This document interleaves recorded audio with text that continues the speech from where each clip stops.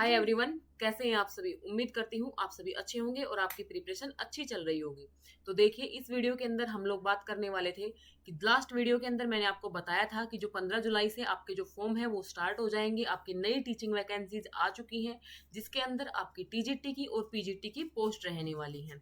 तो उसका क्या सिलेक्शन प्रोसेस रहेगा, आपका एग्जाम कब होगा, आपको किस प्रकार से प्रिपरेशन करनी है, आपका क्या सिलेबस रहेगा, आपकी नेगेटिव मार्किंग होती है या नहीं होती है, कितना आपको टाइम मिलता है, क्या क्या प्रोसेसिंग आपकी आपकी ज्वाइनिंग तक होती है। अगर आप इन सभी बातों के जवाब जानना चाहते हैं तो आप लोग वीडियो को कंटिन्यू देखते रहिएगा। देखिए फ्रेंड्स, 15 जुलाई से आपके जो फॉर्म है वो स्टार्ट हो जाएंगे और 30 सितंबर तक आपके जो एग्जाम है वो करवा लिए जाएंगे। तो सिलेक्शन प्रोसेस की मैं बात करती हूँ, आपकी टीजीटी पोस्ट के लिए, पीजीटी पोस्ट के लिए, इन दोनों के बारे में मैं बात करने वाली हूँ। देखिए, आपकी जो पीआरटी है वो एनवीएस में नहीं होती है, क्योंकि आप सभी लोग जानते हैं भाई, एनवीएस रेजिडेंशियल स्कूल है, जिसके अंदर 5th क्लास में आप लोगों को रिटन टेस्ट देना पड़ता है, जिसके बिहाफ पे आपके बच्चे का 6th क्लास में एडमिशन होता है, आपको फ्री क्वालिटी ऑफ एजुकेशन दी जाती है। तो 6th क्लास से ही ये जो स्कूल है वो स्टार्ट होते हैं।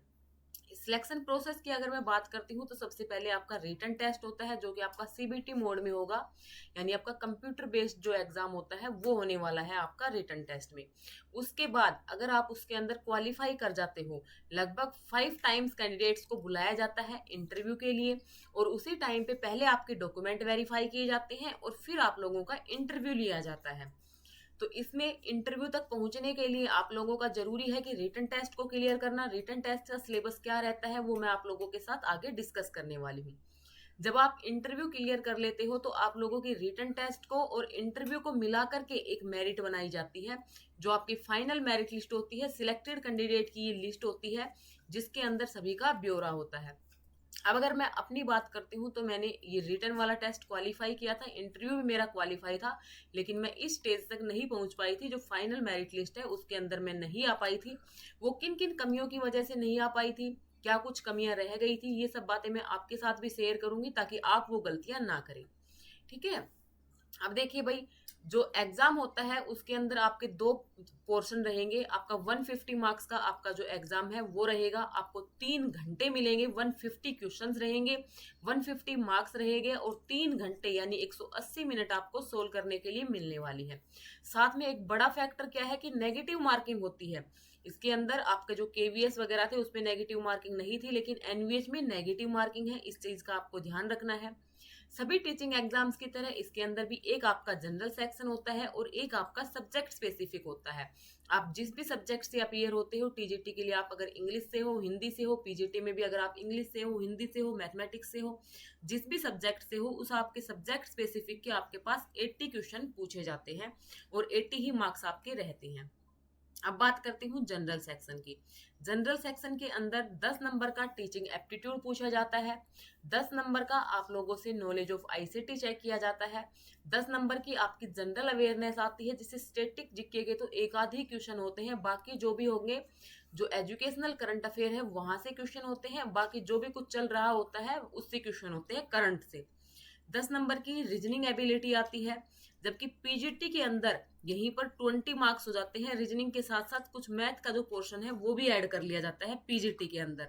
रीजनिंग में ये 10 नंबर का ही होता है, 10 ही क्वेश्चन आपसे पूछे जाते हैं। जो आपकी जनरल इंग्लिश है उसके 10 क्वेश्चन पूछे जाते हैं, जनरल हिंदी के 10 क्वेश्चन पूछे जाते हैं। एक आपको रीजनल लैंग्वेज सिलेक्ट करनी होती है।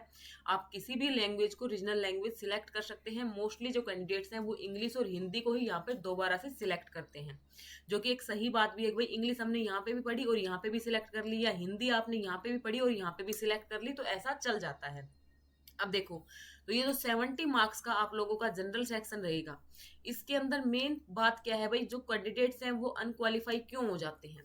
देखो, जो ये आपका लैंग्वेज का जो पोर्शन है ये पीजीटी के अंदर तो 20 मार्क्स का है, ठीक है, और आपका टीजीटी के अंदर 30 मार्क्स का है।